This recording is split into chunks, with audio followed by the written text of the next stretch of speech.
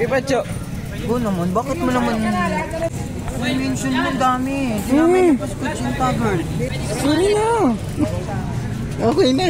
Para sa panoorin ngayong araw, ay masasaksihan ninyo ang huling yugto ng ikalawang padyak ni Pepe, ang selebrasyon ng araw ng Angono. Isasama namin kayo sa mga pinagdaanang pagsubok ng isang siklista sa loob ng karera.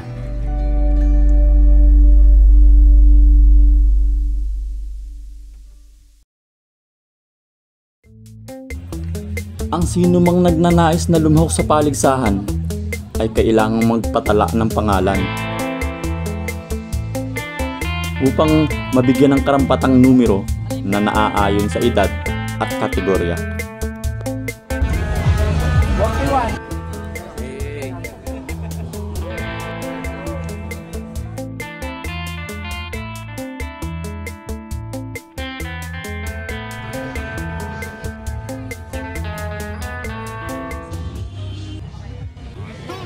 At pagkatapos magparehistro ay ang paghahanda sa pagsalang.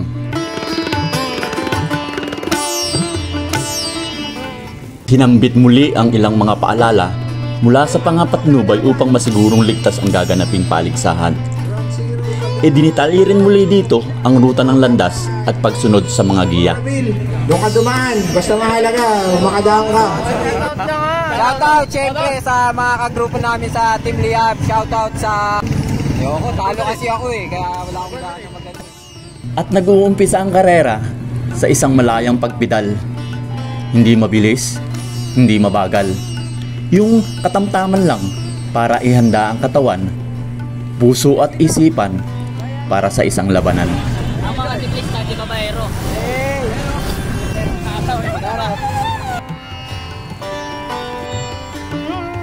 Sa pagwagayway ng bandera, ay hudyat na ng tunay na digmaan. Lahat ng iyong tiyaga sa paghahanda ay iyon ang masusubukan. At pagkakataon mo nang ilabas ang mga sekretong natutunan mula sa mga pagsasanay.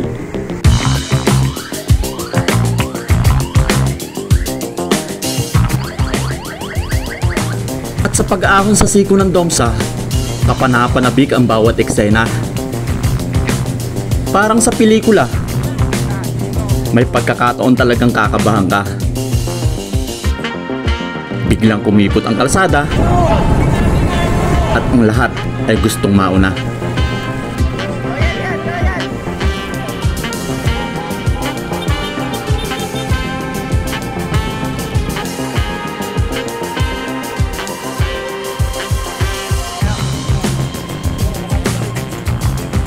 At sa puntong ito ay may agwat ng bentahe ang may eksperyensya. Hindi mo maiiwasang may hahamon talaga.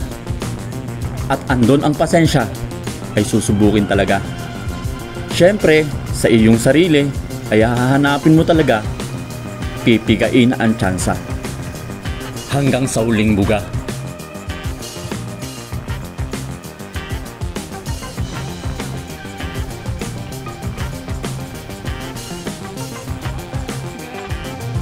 Sa iyong kasama, tropa at barkada, yung may samahan, matalik na magkaibigan kumbaga. May nabuong maginoong kasunduang namagitan sa kanila. Sa katapusang guhit ay kung sinong mauuna. Basta, masaya lang kayong tapusin ng ligtas ang karera. Hindi na mahalaga kung sinong malakas at kung sinong kampiyon talaga.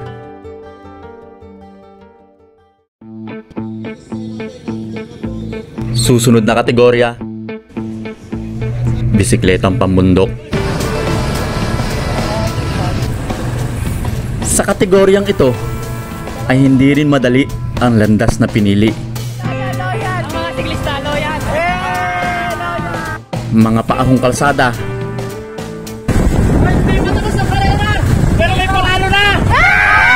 animoy pader sa tarik.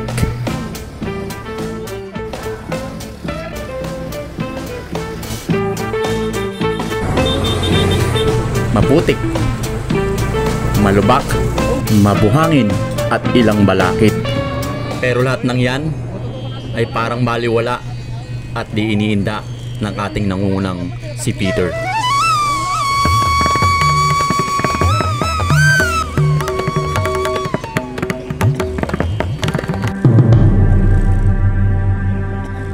Kahit alam niyang malayo na ang agwat mula sa kanyang kalaban, ay hindi pa rin siya nagpakampante.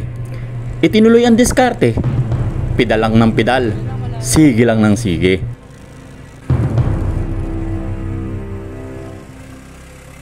Tirik na ang araw, ramdam na niya ang uhaw. Tuloy lang sa pagpadyak at di bumibitaw.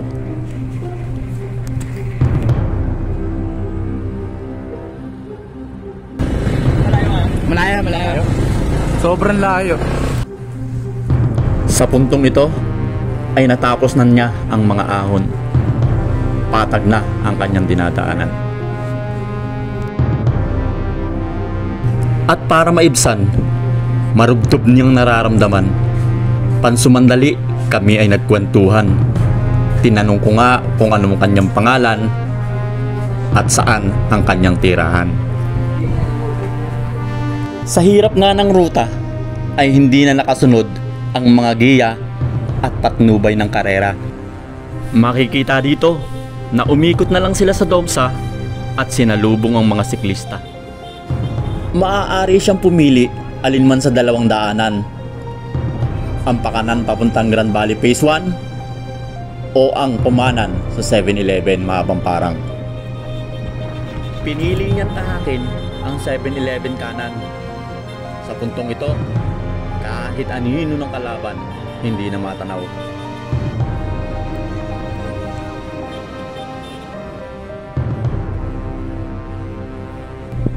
Pagpidal at pagpadyak ay di inatrasan. Tuloy-tuloy lang hanggang sa pagpasok ng Arko ng Tagumpay.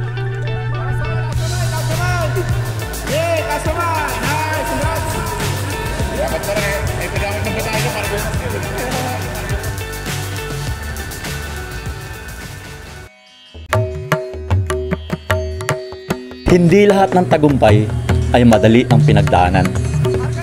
Isa sa pinakamakulay na yugto ng karera ay yung sa kabila ng aberya, sumuko man ng bisikleta, mapagutan ng kadena, ay yung hindi ka nagpatinag bagkus ipinakita mong matibay ka. Itinanghal pa rin pangalawa sa pinakamabilis sa kanyang kategorya. John Mark Malayo, binabati kita.